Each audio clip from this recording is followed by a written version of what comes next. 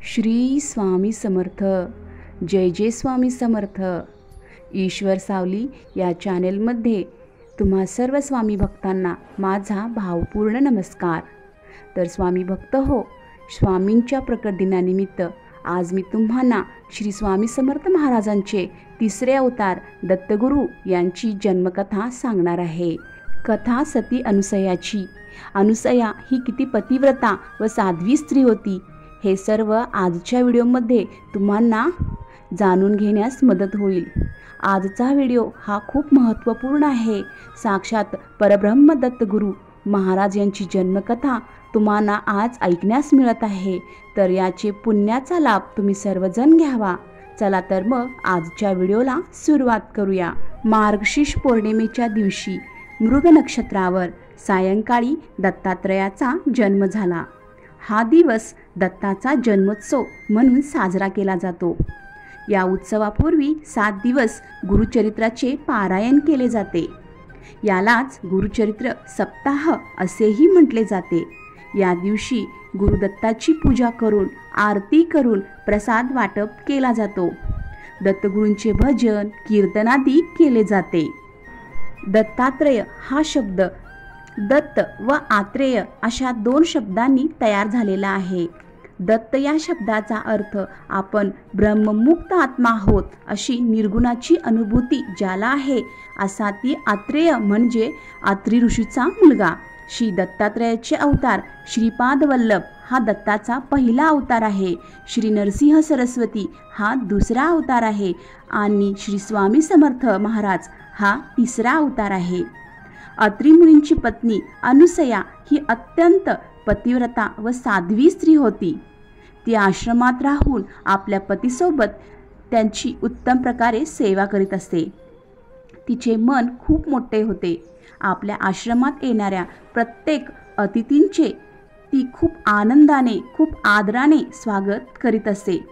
अनुसयेच्या आश्रमात आलेला कोणताही संत पाहुणा उपाशीपोटी जात नसे। तिचा हा आचार विचार पाहून साक्षात सूर्यदेवताही तिच्यापुढे शीतल होई, पवन तिच्यापुढे नम्र होई, एवढा तिचा पतिव्रतेचा प्रभाव होता। पतीबद्दल तिच्या ठायी असलेली अनन्य भक्ती व लोकांबद्दल असलेला अत्याधिक आदर प्रेमभाव यामुळे तिचे साध्वी व पतिव्रता स्त्री म्हणून सर्वतोमुखी ओळख झाली। ही वार्ता अर्थात नारद मुनीच्या सुद्धा कानावर पडली। त्यांनी ही वार्ता वैकुंठाला जाऊन ब्रह्मा विष्णू महेश यांच्या पत्नी सावित्री लक्ष्मी पार्वती यांना सांगितली। ही अनुसया मानव व आपण देवी, तेव्हा या अनुसयेचे वर्चस्व आपणावर उपयोगी नाही, तेव्हा हिचे सत्व हरण करावे असा त्यांच्या मनात विचार आला आणि हा विचार त्यांनी आपापल्या पतीजवळ बोलून दाखविला। त्रिमूर्ती म्हणजेच ब्रह्मा विष्णू महेश संतप्त झाले आणि म्हणाले, ती पतिव्रता कशी आहे हे आम्ही पाहतो व तिचा व्रतभंग आम्ही जरूर करतो। अशी प्रतिज्ञा करून त्या तिघांनी ब्राह्मणाची रूपे घेतली। शुभ्र धोतर, अंगावर रेशमी उपरणे, यज्ञोपवीत आणि हातात कमंडलू अशा रूपात ते तिघे अत्री मुनींच्या आश्रमात आले। भर दुपारची ती वेळ होती। अशा वेळी आपल्या आश्रमात आलेले ब्राह्मण अतिथी पाहून अनुसेना खूप आनंद झाला। अनुसेने त्यांना मोठ्या आदरेने बसवयास आसन दिले, त्यांचे चरण धुतले व भक्तिभावाने त्यांचे पूजन केले। त्यांना पाटावर बसून जेवण वाढले, पण ते अतिथी तिला म्हणाले, आम्हास विवस्त्र होऊन तू अन्न वाढावे अशी आमची इच्छा आहे।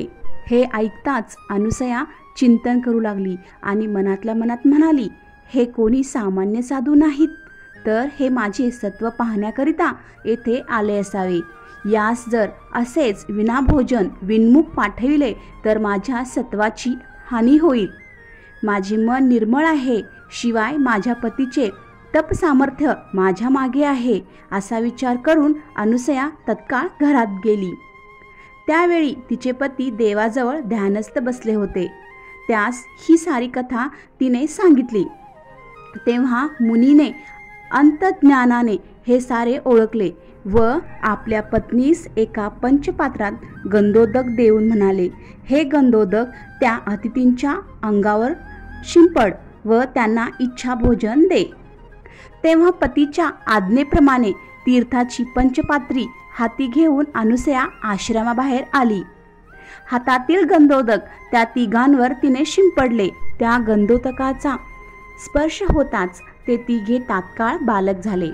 तेव्हा अनुसयेने तात्काळ त्यांना उचलून कडेवर घेतले आणि त्या अतिथींच्या इच्छेप्रमाणे तिघा अतिथींची बालके झाली. ती बालके रडत होती. तेव्हा त्यांना भूक लागली असे समजून अनुसयेने त्यांना यथेच्छ स्तनपान करविले. त्यांचे पोट भरल्यानंतर त्यांना पाळण्यात घालून थोपटून झोपविले. स्वर्गलोकात तीनही देवस्त्रिया आपल्या पतीची वाट पाहू लागल्या. तेव्हा नारद मुनी अत्री मुनींचा निरोप घेऊन ते स्वर्गलोकात आले व घडलेली सर्व हकीकत त्या तिघी देवस्त्रियांना त्यांनी सांगितले. हे ऐकून त्या खूप चिंताग्रस्त झाल्या. त्या तिघी अनुसयाकडे गेल्या. तिची त्यांनी करुणाभावक झालेली सारी कथा तिच्यासमोर त्यांनी सांगितली व अनुसयेची क्षमा देखील त्यांनी मागितली.